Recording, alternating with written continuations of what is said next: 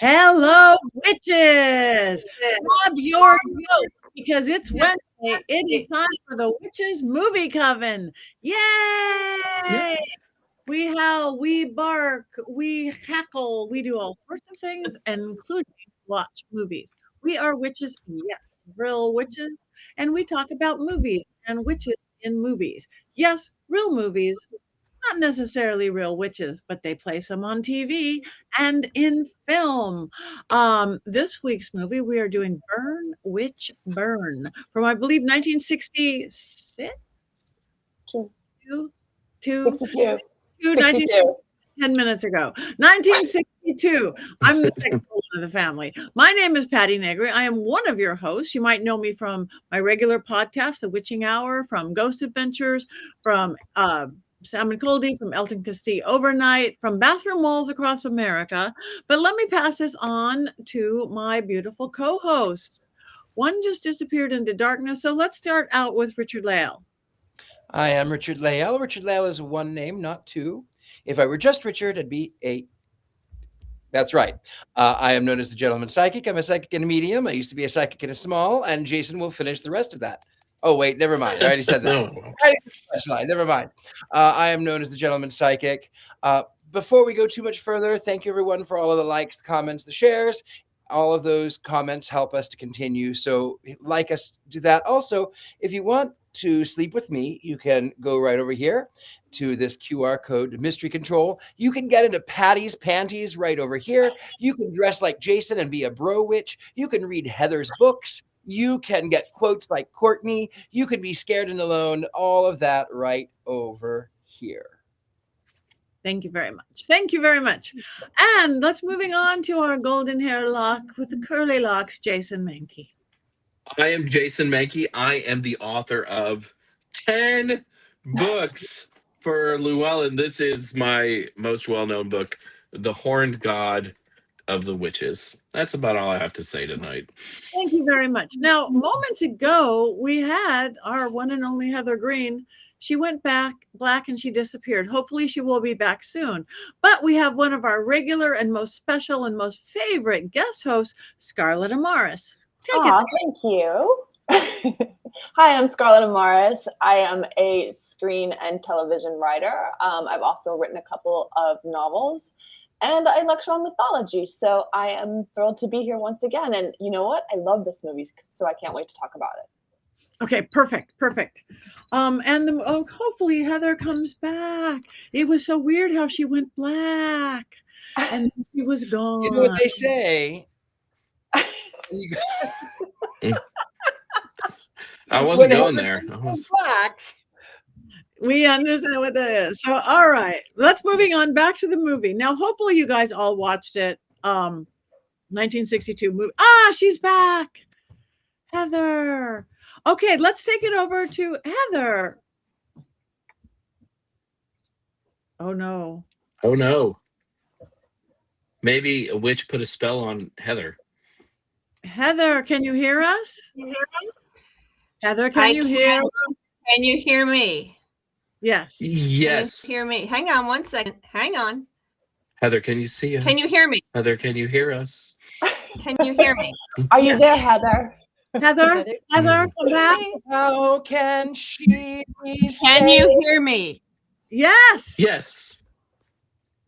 Can you hear us? Yes. Yes. Yes. Yes. Yay. For whatever reason, the camera I have, the fancy one, does not like our Restream program. I have no problem with it in any other program except for this one. So we're going to have a talking to after and figure this one out because I don't get it. So I'm on my junkie camera. So I look even more weird. But what are we up to? What am I doing? You're name yourself because we all did it. Oh, okay. Hi, I am Heather Greene, if you haven't figured it out now. And I am the author of Lights, Camera, Witchcraft. I actually have my book in front of me. There it is. And it is the definitive guide to witches in American movies and television. I am also an editor at Llewellyn, working with wonderful witchy authors, and a journalist covering all things occult. And also, I was involved on Dollcraft, which I'm not holding a copy right here, but that is Patti's great book. So I was able to work on that, and I was blessed to get asked to write the foreword, so thank you. And I am also a doll person and a member of this coven, and I'm looking forward to talking about this movie tonight. So thank you for your patience with my camera. Oh, you're welcome. We're glad to have you back. We were really scared there for a second. You went black, and then it was gone. There are a lot of dolls in this room right now, so it might be. Maybe you need to, one of your Black Phillips should be the keeper of the dolls, like a warding of some sort. We should have warding I can't even talk. All right. No blackout. Black Phillip. All right. So hopefully you all watch Burn Witch Burn. But just in case one of you didn't, Richard-Lael, do you have your beautiful, always thorough, beginning to end synopsis of this lovely old film? Today, I actually do. I think you might be pleasantly surprised. I paid attention. I didn't fall asleep. I didn't have to Google it. Story is a professor and his wife have moved to a small English town. The professor is against superstition, against witchcraft, against magic, and he is of the system that if one simply says, "I do not believe," it removes the power from all witchcraft. Unbeknownst to him, his wife actually is a witch, and she said it in so many ways, in every way possible, and he doesn't believe. And being the 60s, and instead of saying, "Okay, you're a witch, I'll let you be what you are," he forced her to dispose of all of her talismans, all of her witchcraft, all of her spells. Instead of being like Darren Stevens in Bewitched, who also tried to get rid of the magic part, but still kind of benefit from the magic, he didn't want to do that. He didn't want anything to do with it.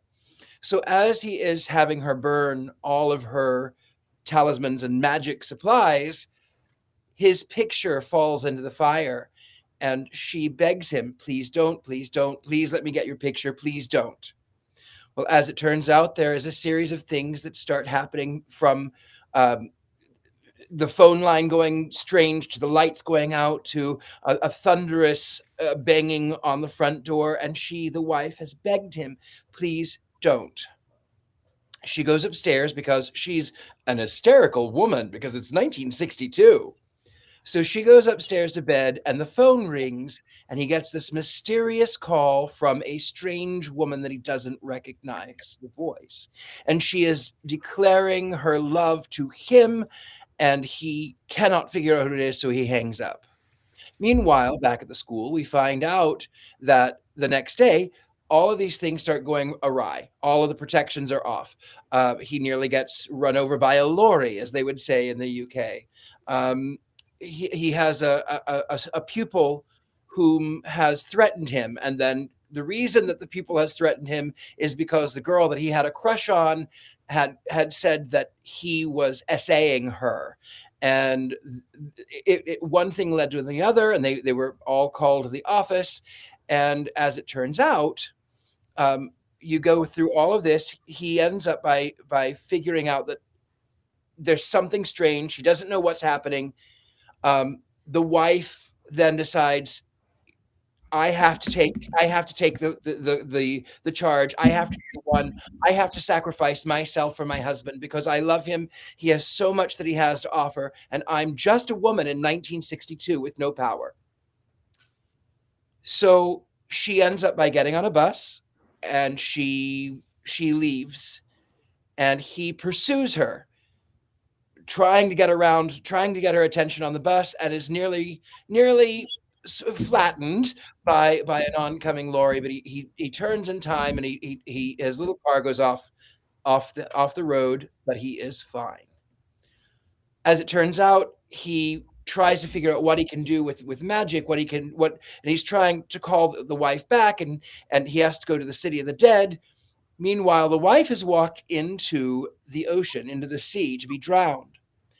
And as he is doing the spell, she comes back to him standing at the tombs, and she's holding a tape. Well, while she is in this sort of trance, she comes out of it in time to threaten to kill her husband with a knife. But there was something strange about the way that she walked, which made him understand that there might actually be another woman who is behind this. It was not the pupil, but rather it was the secretary of the school who was looked over for a job because they hired this man.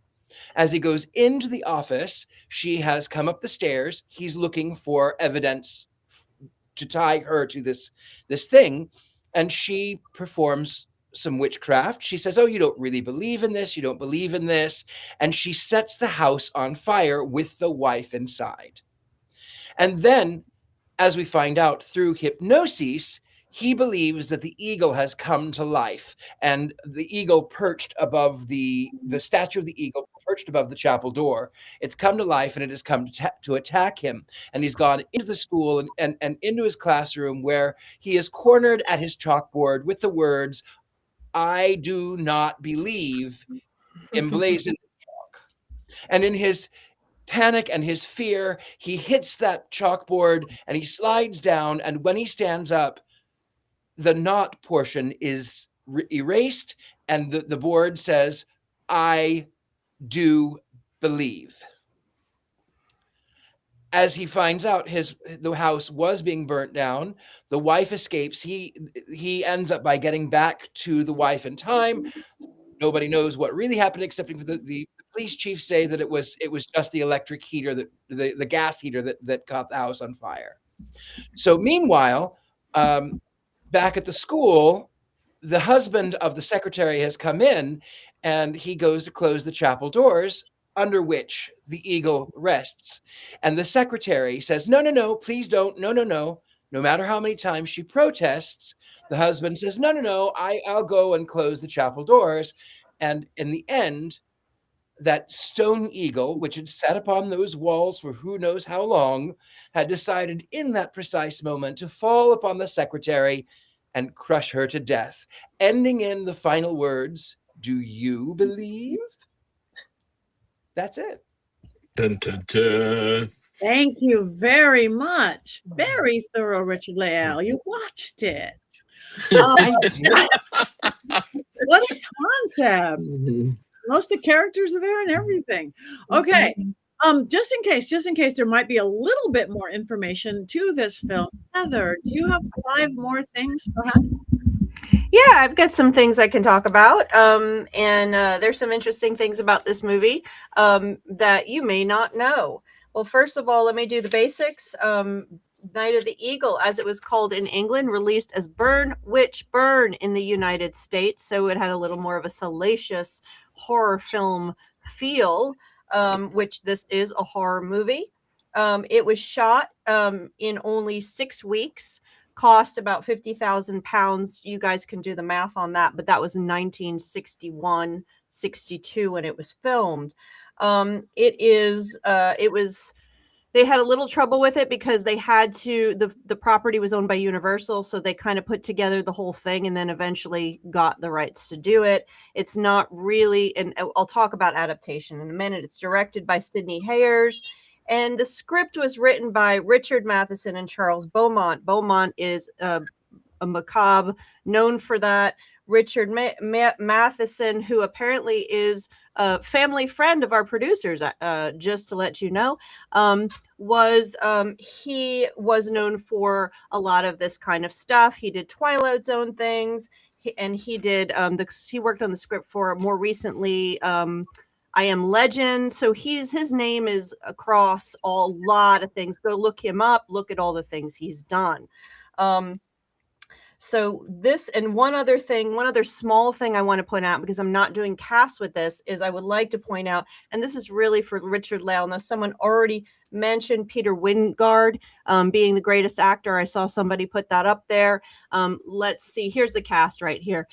Peter Wyngarde, he is our Professor Norman Taylor in this movie, so hard to miss. He's in most of it. There he is. I do not believe he's been in a ton of things. You can look him up as well. And just to point out, just for Richard-Lael, he was Clytus in Flash Gordon.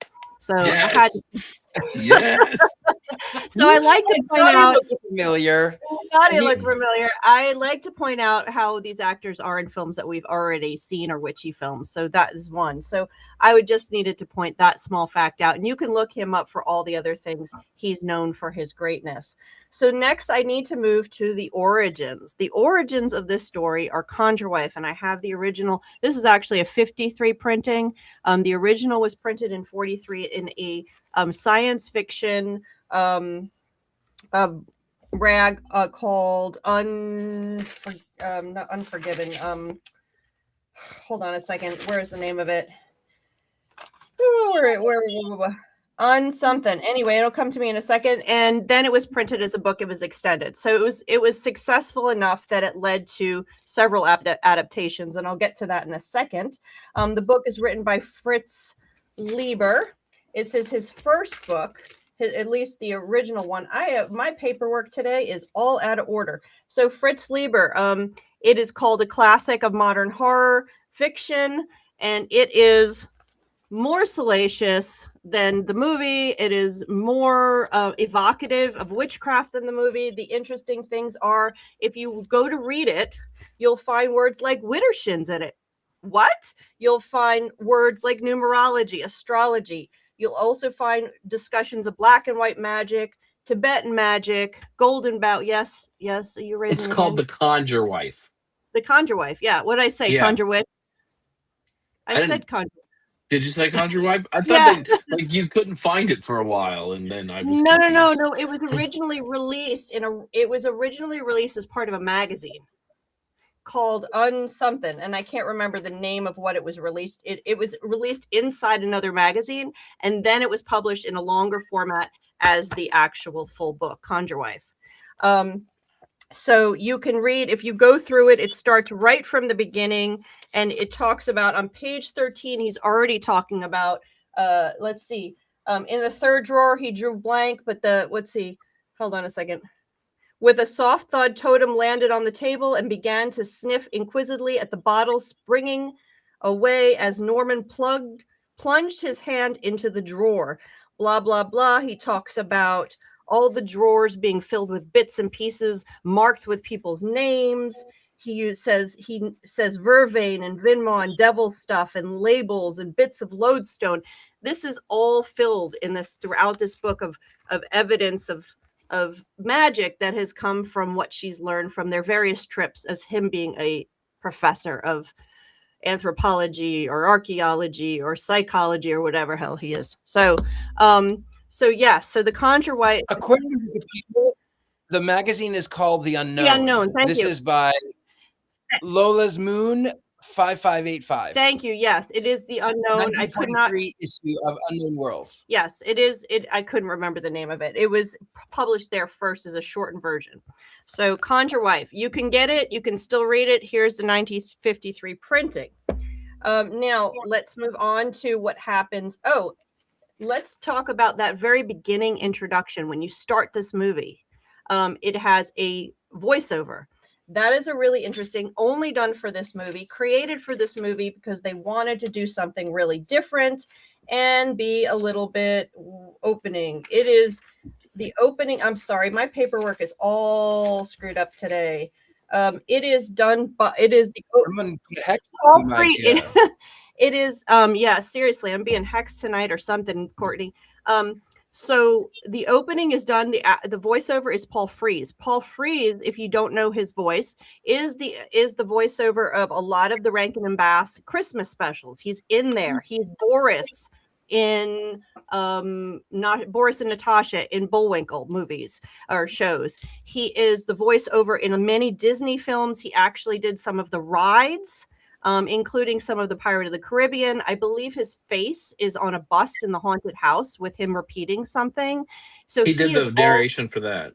The whole thing. Yeah. Yeah, so he is everywhere. So he did the narration for that very beginning part. And there was another one he had that was super interesting, and I wrote it down, but apparently my notes are all over the place today.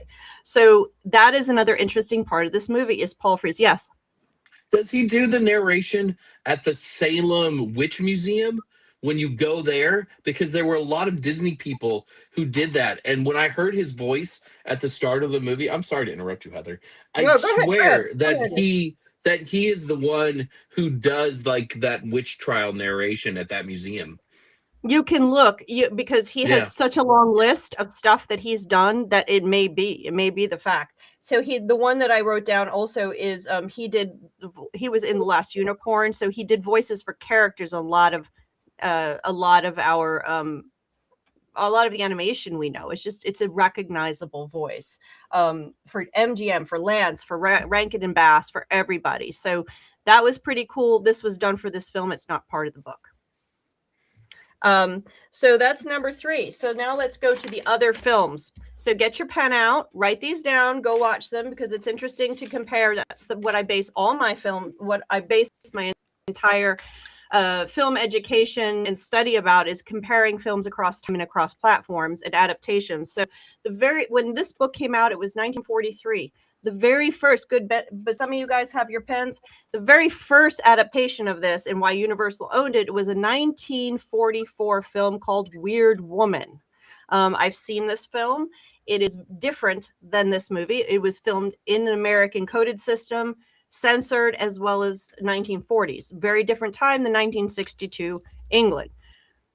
So it has a lot different balance, and I'll talk about that in a second. That is originally a Lon Chaney movie. It was part of his series of films that he was doing, Inner Sanctum films. 1944, Weird Woman. Lon Chaney Jr. is in it. The next one, skipping this one over, of course, is a 1980 film called, there it is, there's Weird Woman. And I'll talk a little bit more about the misogyny and racism and all this stuff. That's number 5. That's the fun one. The next film is called Witches Brew, 1980, starring Terry Garr and Lana Turner. And this is Lana Turner's very last film. She died shortly after. She is the coven leader. And this, of course, is balanced very differently. There's more focus on the women. There's ends differently. The balance of how they tell the story about the women and the competition in the university and them trying to help their husbands, the relationship to witchcraft, all of that stuff is very different because this is 1980 versus 1962 versus 1944. And that again is what my study, my book, and all of the study I do in film, the cultural studies I do is about. It's about looking at adaptations across time and how they change. And these change significantly.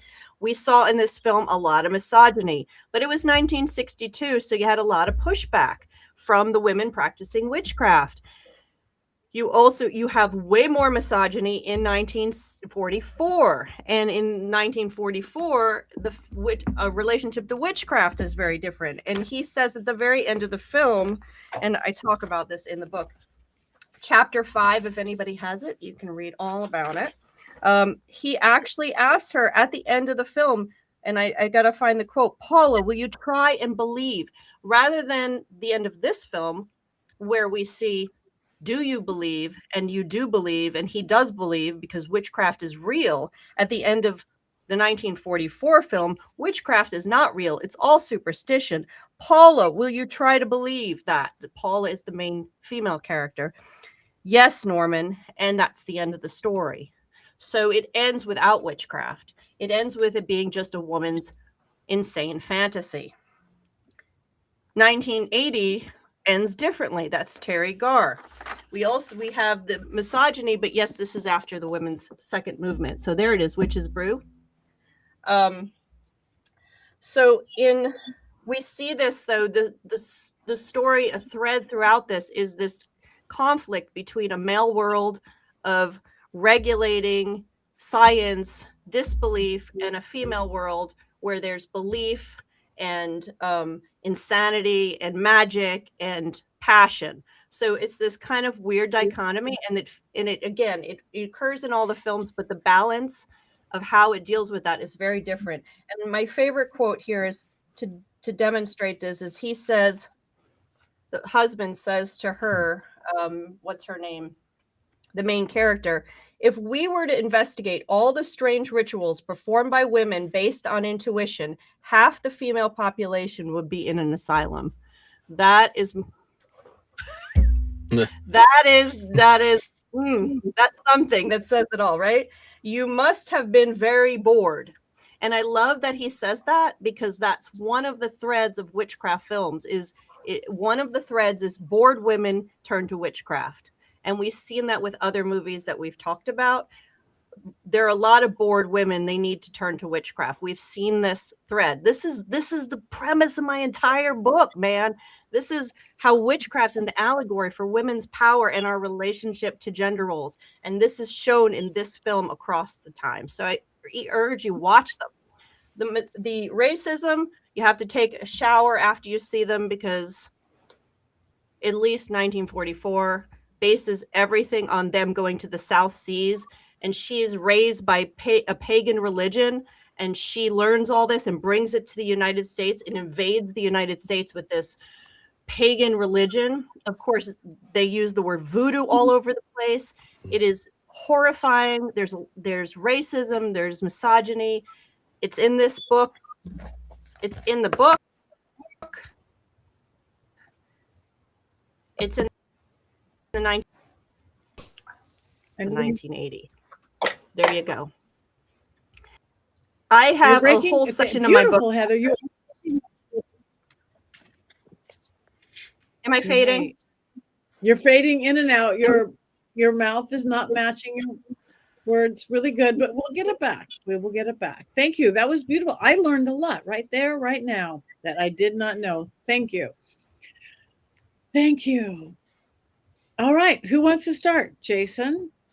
Well, I'm in the box, so I guess I should probably start. You know, I always have a lot of trepidation when I see that we're doing an old movie, an old black and white movie. Is this going to be relevant? How badly are they going to botch witchcraft? I'm not even waiting for Wands Up. This was great. This was so fun, and the performances are really great. We've already talked about Wyngarde, and if you don't know anything about Wyngarde, there's like a Wikipedia page that's 8,000 words just about how old he is and where he was born. He was kind of an enigma in his own way. But like the performances in this movie are great. I really feel like there was some research done into magical things. This looked like the kind of magic that we would do. Yes. He befriended Lovecraft, but I could not find anything specific about him studying deeper than that. But maybe. Are you talking about Fritz Leiber? I can tell you. Okay. Fritz Leiber did study, and he also wrote another book called Our Lady of Darkness, which is another fantastic kind of witchcraft, weird fiction conglomeration. But he had quite an interest in witchcraft, and he had quite influence over a lot of different movies, including Suspiria. Like, he was friends with Daria Nicolodi. They worked on a film together before Suspiria. So he talks about the Three Mothers trilogy in Our Lady of Darkness. So he's had his little hand in things that we still see today for a very long time. He's an excellent writer who had a very interesting and fairly deep knowledge of witchcraft and the occult. I think he's sadly overlooked a lot of times today, but was kind of the big guy in his heyday. Thank you. There's also a scene towards the end of the movie where Tansy, the female protagonist, is walking into the ocean in order to kind of sacrifice her for her husband. And all I could think about was shades of Dion Fortune's the Sea Priestess, when LaFay Morgan, a character in that book, kind of walks into the ocean and then sort of disappears forever until the sequel Moon Magic. But I thought of that. I don't know if it was related, just sort of an accident. But again, I just loved that this looked like things that witches do, which I did not expect from a movie from 1962. I agree. I'm not going to wait for my wands up or down. I absolutely loved this film for so many reasons. I loved it about. It reminded me very much of the writings of Shirley Jackson. It reminded me a little bit of Alfred Hitchcock. It reminded me a little bit of Lovecraft. It reminded me a little bit of the noir films of the 40s. Like there were, and then the magic was so dead on. The little guards she had in the lampshade, she had a little figure that she was searching for, and she finds it in the fringe, and she takes this little tassel down and she burns it. And of course her husband upstairs is going, what are you know what's happening, what are you doing? Nothing. I'm nothing. She's looking for these talismans because she senses that there is something dark afoot, and the husband is upstairs rummaging for his pajamas, and she's pretending because it's 1962 and she has to kind of hide. As a case in point, though, what I tell my students, my pupils, the people who learn magic from me, is that sometimes, even in 2026, we have to hide our magic. We have to hide what we do. We have to hide in the shadows, as the case were. That being said, sometimes, and even Tansy sort of alluded to this, oh, it's just a souvenir. Oh, it's just a rock. Oh, it's just, I like it. It makes me happy. And sometimes when we live with other people, whether it be people who are afraid of witchcraft, or people who are of a certain Abrahamic tradition that are afraid of witches, or everything is demonic and everything is evil and everything is the satanic panic all over again, sometimes we have to hide like Tansy did. And I found that to be brilliant. Thank you. Okay, so none of us are hiding how much we like this movie. I love this movie. And yes, all the witchcraft, everything you guys are saying, it's like, I've made that, I've done that, I've had that, I've done this, and how he's finding it. And again, I thought the performances were amazing as well. But I'm not that familiar with this actor, but what a hottie for the day. Oh my God. Those outfits, those high-waisted pants. I was lusting over him all the entire time, I have to admit. Tailored shirts and the professor. I would be that little college girl having the crush on the big old professor and things. I felt everything they went through. I felt like when the girl accused him, it's like, oh my God, the Me Too moments back in 62 and all that. And I totally got involved with every single character, which was great. So I'm watching it. I am involved, which I like to do anyway, not reviewing it as we go. And then so involved in it that all of a sudden, in the middle of my dark and spooky house, I'm upstairs all by myself, my smoke alarm goes off right when the lightning was going off in the movie, right when the opening up. I am screaming in my living room all by myself, clasping on to Black Phillip, going, this is one of the best movies we have done since I can remember. There's a hottie, there's a beautiful woman, there's all this social whatever, there's amazing witchcraft, there's the evil woman, beautiful scenery, the ocean, the rocks. I'm like, if I'd been there where the shoreline and stuff in England, I was trying to find something negative I could talk about, but I honestly couldn't. Yes, it was a movie of the day. So this is whoever picked this movie, kudos. You picked it. You picked it. Wait, who picked it? Patti. Apparently Patti. Yeah. Patti picked it. Well, I have my moments, but wow, I'm so glad I picked it, because really, this is of all the movies that we watch and we talk about all this stuff, I got involved in it and I loved it. The good, the bad, and the ugly. So whoever did design their costumes, the makeup, the lighting, the sets, the props, kudos. Yeah, I think, you know, it's like you can't fault Fritz Leiber and Richard Matheson, who also another genius writer and screenwriter. I mean, just the talent behind this is really outstanding writing. And I think that it shows. It's almost a perfect script. You know what I'm saying? Like, it shows witchcraft in a way that is believable. I love Tansy Pitt against Flora. Like, I love that tension between the two of them. I think that's almost a little bit progressive for 1962. And it's shot beautifully. It hits all the beats beautifully. Like, there's really, I saw this, I think 25 years ago. Like, I had not seen it for a very long time. And I remember really loving it, and to revisit it again yesterday, it was like I just fell in love with it all over again. And I had forgotten that it was Fritz Leiber, who is one of my most favorite writers, and then to see that Matheson, and it's is it Charles Beaumont is the other writer too, and you know, he did a lot of Twilight Zone kind of stuff, and I think Matheson, didn't he do Trilogy of Terror? Isn't that which He did a bunch of that scared stuff. the hell out of me in my childhood.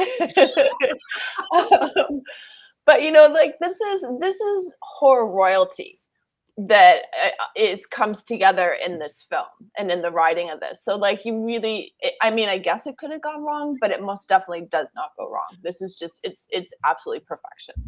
I'm gonna say real quick is that it does go wrong in the other two movies, so it can go wrong. And I hadn't seen this one because it's considered a British film, although it was originated in the U.S., which is why some of the acting and some of the stuff is American-like.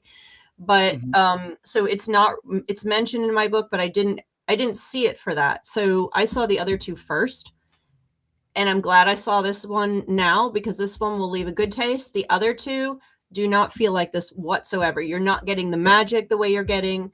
The evocative magic that you find in the book is in this one, not in the other two. The first one, the Lon Chaney one, is a mystery, so you're not really getting the witchcraft. That's the weird woman. You're not getting it. You're getting the misogyny. You're getting the racism. You're getting all of that stuff of the 40s. Wartime era film. It's just, you know, and then the other one's a comedy or a pseudo comedy with Terry Garr, 80s, you know, and I think their witchcraft is based on more geared toward the satanic, and it's funny, and there's moments of hilarity and weirdness to it. So they're different genres, and they just don't do what this one does. This one hits it right on the head. It captures the book the best, I think. The tone of the book, which is supposed to be horror, this captures that. I loved the noir elements in the filming. I loved seeing that, because I'm a big fan of noir. So there were definitely noir elements, which recall Hitchcock. Somebody said that. And so I thought this was a really tight movie, and I was very pleasantly surprised after having seen the other two and just being like, okay, I guess it's fun to watch. I will say I was kind of confused whether it took place in the United States or in the UK until I see Wyngarde driving in his car, and then clearly you can see where the steering wheel is. But it is really funny, though, like how there are American accents, and the sense of place is a little different. It's not as established because of those sort of choices, right? Like the American boyfriend and then the American wife. Right. And then I found out later, too, that the antagonist, she was from Australia. So we didn't get that accent, but maybe it slips through in a few places, which might have confused even other people. Well, it's interesting, too, that Wyngarde wasn't even the first choice. It was it was the Hammer actor, Hammer horror Christopher actor. Lee. It wasn't Christopher Lee. It was the other guy. I just blanked his name. Oh my gosh, it wasn't Christopher Lee. It was,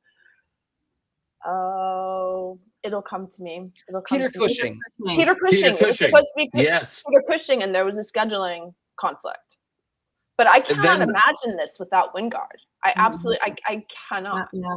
And then Wyngarde apparently called it rubbish, but then decided to do it because he saw a car that he wanted to buy. and then he said that you should pay me this amount, which was the amount of money for the car. That's a true story, because sometimes I am also one of those people who likes to look up this weird stuff. But Wyngarde is so great in this movie. He really is. I could not imagine Peter Cushing, who, if you're not familiar with Cushing, is Moff Tarkin in Star Wars, Grand Moff Tarkin. Not that that helped, because none of you know that. Be better nerds. I know who that is. I'm like, I know who that I know who Moff Tarkin is. Hold on. All right. Thankfully, that's why the two of you are my favorite right now. That's it right there. What? Jaws was never my scene, and I don't like Star Wars. Don't like Star Wars. Boom. There he is. There he is. Yeah. Yeah. Well, a younger Peter Cushing, I don't know. Yeah. But it worked. I mean, it worked. The cast was perfectly balanced. So this one did the book justice. I encourage you to watch the other ones, but just a warning.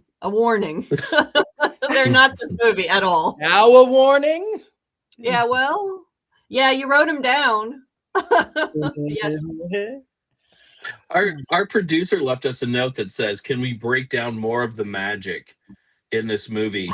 And if you know what sympathetic magic is, that's what you see the most in this film, which is really like attracts like. You really see it at the end with the tarot cards. This is representative of your house. This is your wife. I'm setting this on fire. And then the fire starts. But you also see it in the little bits of things that Norman, the character, throws into the fire from his wife. Like, you know, the pendant that she has with his picture in it and things, and then she throws that in the fire. But you really do see magic that works like we do magic, and that was so nice to see. It wasn't just a laser beam or a thought. There had to be work put into the magic, and the work put into it is the same thing that a lot of we modern witches put into our magic. So let me read this from the book. So just to show how effective this is in the magic that this translated and how they did that. And so he writes, and this is on page 14, that he picks up one of his manuscripts that he wrote about superstition. And it says, it looked like the one he had lost around the house. It was 8 years ago. Besides, a formula for conjuration was a marginal notation in Tansy's script. She had written this in the book. Doesn't work. Substitute copper filings for brass. Try in dark of moon instead of full. Sounds like something someone might write in their book of shadows, right? Yes, it does. Wow. Maybe from Rob, they were asking what that was in his shirt collar, and maybe that was what that was referring to. Is maybe it was the filings. Oh, that were in. This is early on. This is when he starts to realize, in the book, it's very early on, when he starts to realize that she's actually practicing magic. He finds more, but there's a later in the book, and I can't find it right now. He actually tries to perform something, and he says, "Do it, Widdershins." And I'm always surprised when I see things like that come up in stuff. But again, this is a book and not movies. And this 1962 version of this movie could not have been produced in the United States in 1962. If this movie had been done, if this movie had to be done, could have been done, it had to have been about 10 years later, or after the code was gone, or later than that, or now. I mean, this could be produced now, and it probably be a very effective script. Scarlett. I know. I was like, I would love to get my hands on it. Get on it. Yeah, I was just gonna say. I mean, I can ask my managers if it's in, if it's available. I'm sure somebody's got their hands on it. Well, it was Universal at the time. I don't know who owns it now, but I'm looking for the Widdershins thing. Talk amongst yourselves. It is almost in the public domain. I know. I'm waiting in the public domain. I'm waiting for The Devil Rides Out to go in the public domain too, because that's another one I would love to get my hands on. Yeah, but just another, I think, 5 years, and then we're there. Yeah. But yes, this would work really well today. I mean, there's nothing in this movie that I felt like, oh, this is completely antiquated and doesn't have any relevance for today. It clearly did. Yeah. Also, it's my favorite movie now about a man trying to get promoted at a university and the politics that go on at the university level. Will the dean allow him to be promoted? What will stand in his way? Watch their wacky adventures coming soon to Comedy Central, you know? But it has that sort of second subtext, which is funny. And he worked at a college, so that's where that came from. But that is translated across all three movies, so you're going to see that in every movie. That's the first one. She's not really as aggressive; she's kind of meeker. But in the Terry Garr one, that's the main comedy thrust, is them trying to use magic to try to promote their husbands. So you get that there too. And while Norman is kind of a controlling husband, he clearly loves his wife, and she clearly loves him. And the love story was really central to this. They support each other. They care about each other. I didn't like how he threw all of her spells clearly in the fire, but it was real that he loved her, right? And I liked that part of the film as well. It was a study in relationships, and they had a good relationship. I like the cat. I liked the cat too. I like the cat. Black cat, of course. You got to have that cue, that visual cue. Black cat means witchcraft. Yeah, that's right. And I was like, and it didn't have to talk. It didn't have to do anything specific like that. It was just perfect. I like the cat. Oops, the fire got started. Oops, not the cat's fault. Going on to the whole thing. Yeah.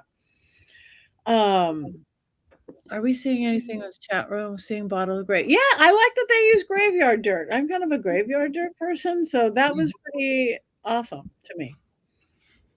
So in the story, you're looking for Wittershins. Did he know the word Wittershins, or that was her notes? Because would the professor know Wittershins? It's in the book. Nope, I'm losing pages. This book's so old. I'm losing my corn pages. No, it's in the book. He wrote it into the book where the professor does something Wittershins. Wow. And I just can't find it right now. It's at the end of the book somewhere. I will say, though, that when I think about the black cat, I thought, oh, go ahead, Heather. You found it. No, I didn't. You did. Keep going. Oh, one of the things about the black cat, though, I kind of found it exploitive, right? Because it was like they're going to zoom in on the black cat like there's supposed to be this thing that's scary that's happening. And oftentimes there was nothing scary happening. It was just a furry black cat. And I feel like in the American cut of this movie, with that really long, weird intro in the dark, where they're talking about, we are make sure that there is no spell that will get you in this movie. Like, they were trying to make it creepier than it actually was. And I felt like some of that was sort of exploitive. I didn't like, but I know why they did it. Heather found it. Anyway, yes, I found it. Go ahead. I didn't like that when the eagle is flying, you can clearly see the string from its handler. But again, it was 1962. I can't fault it that much. It's an eagle in the mind, creatures of the id, and yet here is this string from the handler. Yeah, that was very noticeable indeed. Yeah, but also, too, like when you watch it on Amazon, it has these little things that you can click on. And one of the things that you can click on is trivia about it. And it's like, you can see the line from the eagle, right? Like you can see that string. So once I saw that, when we got to that part of the movie, that's all I could focus on. Like, oh, there it is. And I'm like pausing the screen, like, there it is. There's the dude, right? I can see the handler. So sometimes I wish Amazon would not tell me things. So here is the spell recipe. Are you ready? You're going to write this all down? So this is what the note read, and this is a spell that he does in the book. Take 4 lengths of 4-inch white cord and a length of gut. a bit of platinum or iridium, a piece of lodestone, a phonograph needle that has only played Scriabin's Ninth Sonata, tie the 4 white cords into a granny, a reef, a cat's paw, and a carrick bend. Tie the gut in a bowline. Add a small quantity of grave dirt and wrap it all in a piece of flannel wrapping widdershins. Tell it to stop me. Tell it to bring me to you. And so that's the spell. And he mentions earlier that he has to. Widdershins means against the sun, from west to east. This is all in. And this is apparently a spell that he learned. And I'm not going to use the word he describes because it's a problematic word in our day and time. But yes, that's throughout the book. But there's spells like that. Now, some of the ingredients and stuff may seem a little odd, but the concept is there. Completely. And that's in the book. Someone said, was it something in the movie? This is actually the book I'm reading from. So you don't find this kind of stuff in the first movie, in the 1944 version, but this one clearly, that's what this one captured that the other two do not. Wow. Okay, this is amazing. So, do we have any quotes in honor of Miss Courtney, which we love and we miss you, Courtney? Read mine again. Jason, did you have quotes? I think that the one, like the really misogynist one, was the big one, and then there's also the beginning, the ladies and gentlemen, the motion picture you're about to see contains an evil spell as used by practitioners of witchcraft for centuries. Even today, in many parts of the world, people practice black magic and witchcraft. Charms, amulets, voodoo candles. What the hell is a voodoo candle? Grave dirt and locks of hair are believed to ward off evil spirits and spells. You may doubt the effectiveness of these spells, but through every civilization, people have believed in witches. Could they all be wrong? I don't think so, for I've seen its power proven too many times. I am now about to dispel all evil spirits that may radiate from the screen during this performance. And now, with a free mind and a protected soul, we ask you to enjoy Burn, Witch, Burn. That, I like at the beginning of that, and I started watching this at 6 a.m. on my phone. I was like, is my phone clogging out? Like, because it's a black screen while this is being said. And I thought that like maybe I was losing the picture or something. But it's a very weird way to start the film. But yeah, the other quote that I liked, you said. My favorite line is burn, witch, burn, when she's burning the effigy of Tansy and the house. Yes. Which, by the way, is a much better title than Night of the Eagle. Mm-hmm. Yes. Just putting that out there. I agree wholeheartedly. Night of the Eagle says nothing. Night of the Eagle. No, not about the eagle. So, okay. That's all the quotes we have. Those are the good ones. And thank you, Jason. That was lovely. Jason, I guess we're moving into the Mankey movie trailer. Yes, this is an old-fashioned trailer before I just began to do anything that I wanted during these 2 minutes. So here we go in trailer voice. In the history of motion pictures, there has never been a movie as vile and evil as Burn, Witch, Burn. In truth, it might not even be a movie at all, but a seance, a conjuring, a ritual to bring forth the devil himself, an ode to demonic forces that want to subdue you and all of your loved ones. Only God and the saints can deliver you from the immoral and sinful acts found in Burn, Witch, Burn. With your own eyes, you will witness a masterclass in terror as a suburban housewife attempts to use magic and witchcraft to help her husband ascend the corporate ladder of a small English university.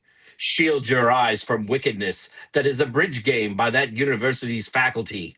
Shiver with fright as that housewife, Tansy Taylor, places a good luck charm in her husband Norman's suit jacket. Dread will overtake you when her sinister protection puppets are revealed. Don't look under that table or you'll find a deadly charm meant to keep a person's loved ones from harm. You'll scream when Tansy's locket is opened up to reveal some herbs, and a picture of the husband she loves so much. Are you ready for such horrors, such terrors? Will you ever sleep with the light off again? Prepare yourself for angst and unease when Tansy the witch doesn't call upon the devil or raise any demons to help her husband.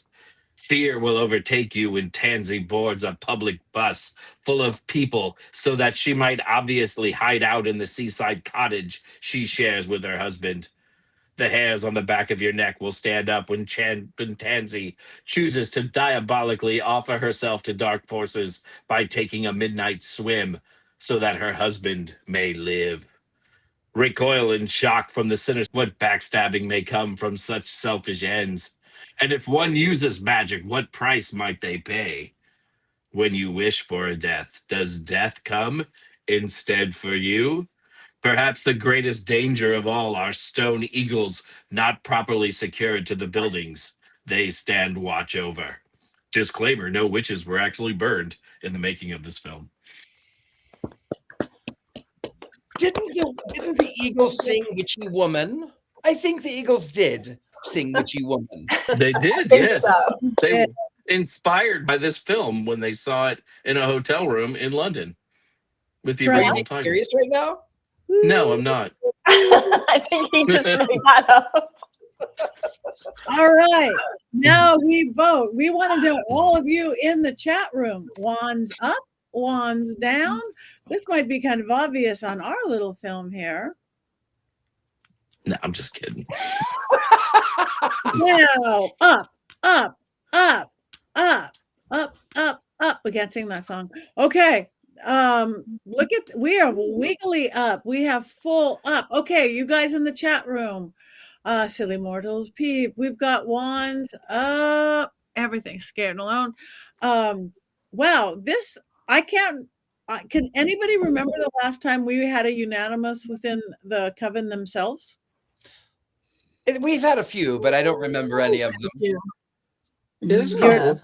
Talisman is wands up. Witchy Woman is my favorite song. Yeah, Witchy Woman is still one of my favorite songs. So, all right. Well, we've got a lot of wands up. We have not seen a single wands down yet. But if anybody out there, don't be afraid to say wands down. Courtney is not here to hex you.